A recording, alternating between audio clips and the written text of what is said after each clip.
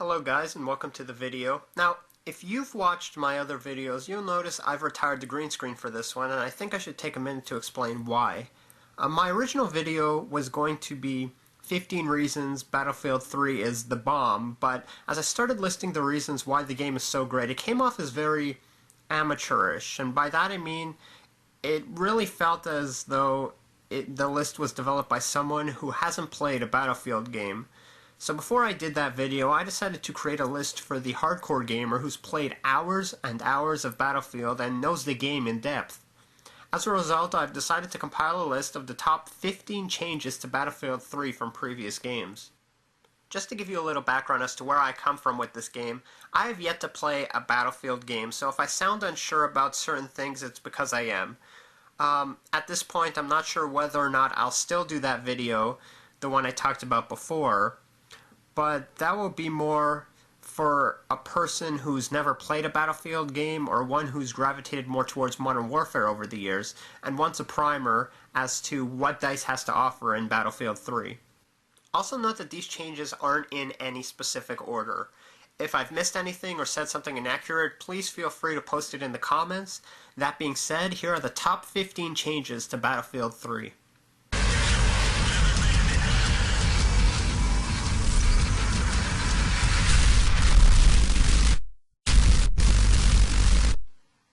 Reason number 15 is graphical enhancements.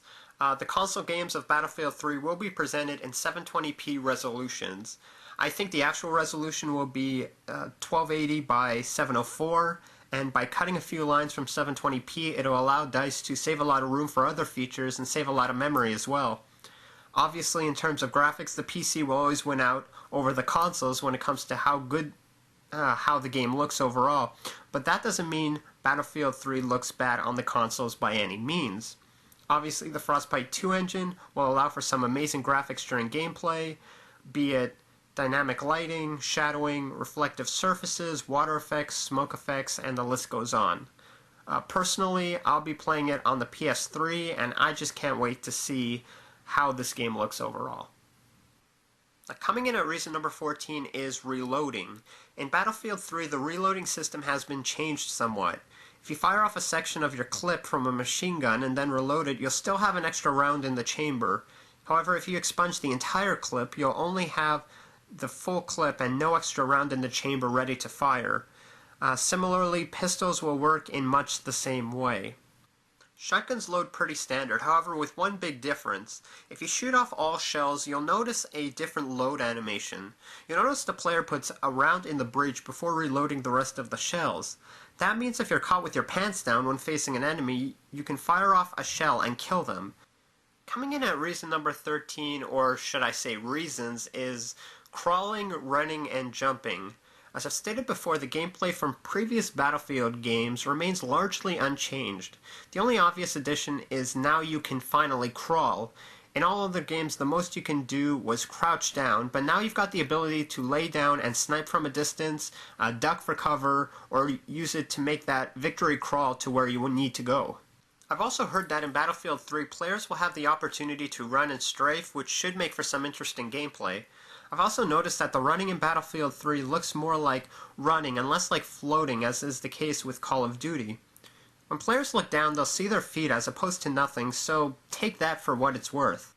Also, the jumping animations have been improved to feel more fluid and more natural than in previous Battlefield games.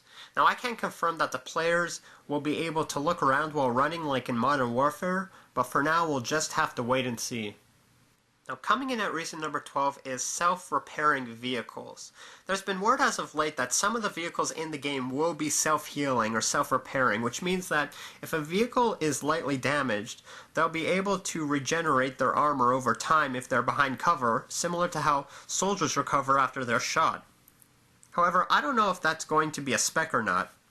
DICE has gone on record to saying that if your vehicle is damaged, you'll still be able to shoot, but you won't be able to move. Once vehicles are disabled, they won't be able to regenerate on their own, so engineers will still play a big role in getting their vehicles back up and running. Coming in at reason number 11 is more balanced vehicles.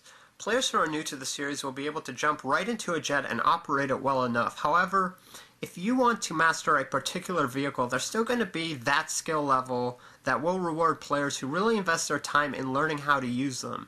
The developers at DICE don't want the vehicles to be overpowering, and they've made it such that jets, carriers, and tanks won't be ridiculous.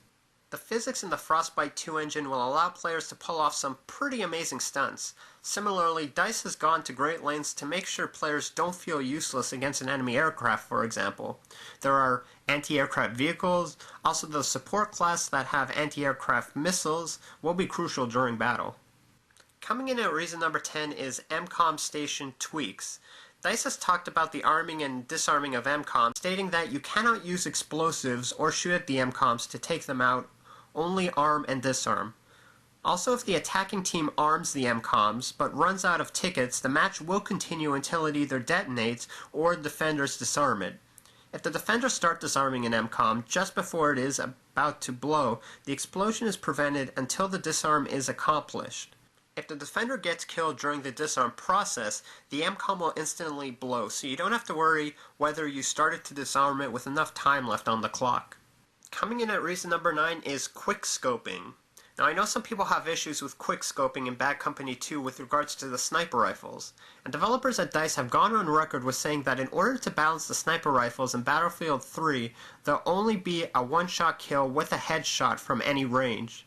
They also said that they're sticking with the damage models in Battlefield 2 as opposed to Bad Company when it comes to sniping, which they've said will go towards the balance of the game instead of being a little overpowered in terms of how quickscoping often is. Also, players will be able to view the glint off the sniper's lens if they look directly at the gun, so they will know where a sniper is if they focus hard enough. Now, I know one of the weapon's add-ons will be to get rid of that glint. Otherwise, I think these tweaks will drastically change gameplay when it comes to sniping. Now, coming in at reason number 8 is the Player Tracker BattleLog. Probably one of the cooler features in Battlefield 3 is BattleLog, otherwise known as the free social network for your Battlefield experience. Players will now be able to track their progress whether it be on the consoles, the web, or their mobile devices. Extensive stats tracking has always been a cornerstone of the Battlefield games, and by adding the social aspects, the people at DICE hope to take that to the next level. Leaderboards will include news feeds and the ability to chat with your favorite players. Also, you can filter results only showing the progress of your friends or platoon against others. This should be no problem for players playing on PC where the server browser has moved to the web and will require less wait time to jump into a game. Coming in at reason number 7 is the sound design. A big part of Battlefield 3 is its sound design, and looking at beta gameplay footage, they do a great job. You can hear bullets whiz by your head, RPGs flying by, footsteps, battle calls, all set at a volume that you can judge where each of them are coming from at any given time. If you focus and listen to the small details around you, it has the potential to make you a better player. Now, I've heard rumors that the footsteps of nearby soldiers will be quite audible, which will take the guesswork out of knowing if a teammate is following behind you. Again, this might be seen as a disadvantage with regards to sneaking up on enemies.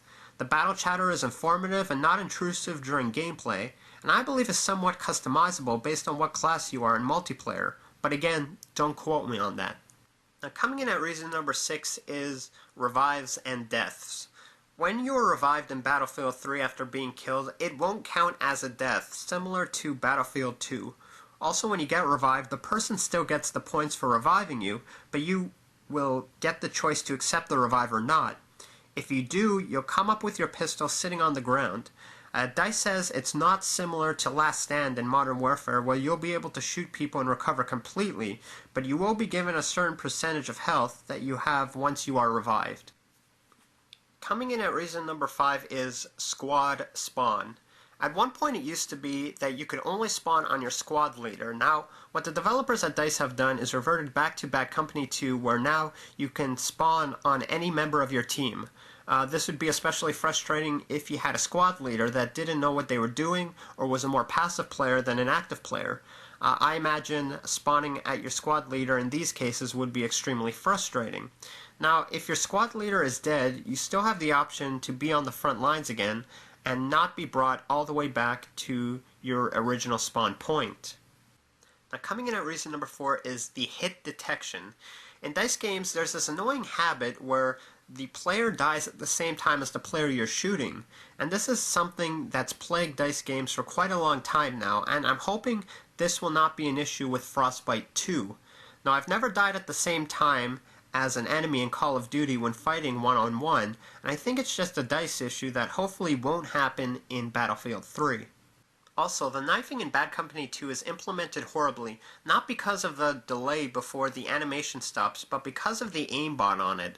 Sometimes you run 10 steps like some knife-wielding homing missile before you stab your enemy. Now, I can't be certain whether this will be improved in Battlefield 3, but I'm hopeful. Also, I'm hopeful there's some kind of stealth kill similar to Crisis, but that remains to be seen. Now, the following are more complaints rather than changes to actual gameplay, but this definitely needs to be addressed. Over the years, certain weapons have made players overpowered to the point of game-breaking, and I hope the following doesn't exist in Battlefield 3. I'm talking about being killed from a mile away from a semi-automatic shotgun. Similarly, the Carl Gustav has been the weapon of choice for noobs and cheapos alike. Reason number 3 is all game modes on all maps. The game modes in Battlefield 3 include Team Deathmatch, which will be the normal team-based mode where the number of kills matter, Squad Deathmatch, which is the same form for squad-based mode as Bad Company 2, Rush mode, Conquest mode, and Squad Rush returns from Bad Company 2 as well. Also, as opposed to Bad Company 2, where you only had certain modes for certain maps, it has been confirmed that all game modes will be available for all maps. There'll also be an infantry-only option, so players can choose whether the server they enter will have vehicles or not. Reason number 2 is squad tweaks. Battlefield 3 touts the same 4 squad members as Bad Company does: Assault, Engineer, Recon, and Medic. But now the Assault and Med weapons have been switched around in that the heavy machine guns are now with the Assault class, and the Assault rifles are with the Medical class. There are, however, pistols, shotguns, and machine guns that can be unlocked and used by any class. Unlocks when it comes to accessorizing your weapons works different from previous games also. It used to be that you'd have to use a specific class and get enough points from kills, capturing a flag, conquest points, or anything else in a match in order to unlock new stuff, whether it be scopes, underslung weaponry, and ammo types, just to name a few. Now each accessory is specific to each weapon and not just a class. So if you want a scope for the M16, you'll not only have to use the Medic class, but also the M16 itself, giving the player incentive to use more weapons to get everything unlocked. And coming in at reason number 1 is changes to 3D spotting. For those that don't know, 3D spotting is whenever you click your spot button in Battlefield and a red triangle appears over your enemy's head. A lot of people complained about this because most people would simply shoot at the triangle even if that person was behind a tree or behind a wall. Players would shoot at them even though they couldn't see them in the hopes that they'd get the kill. So what they're doing now is they'll still be 3D spotting, but if that person goes behind cover and the player no longer has line of sight on them, they'll no longer have the triangle over their head. They'll still appear on the minimap though, however, they will not have the 3D spotting. And there you have it, the top 15 changes to Battlefield 3. As always, I'm the Millennium Gamer, signing off.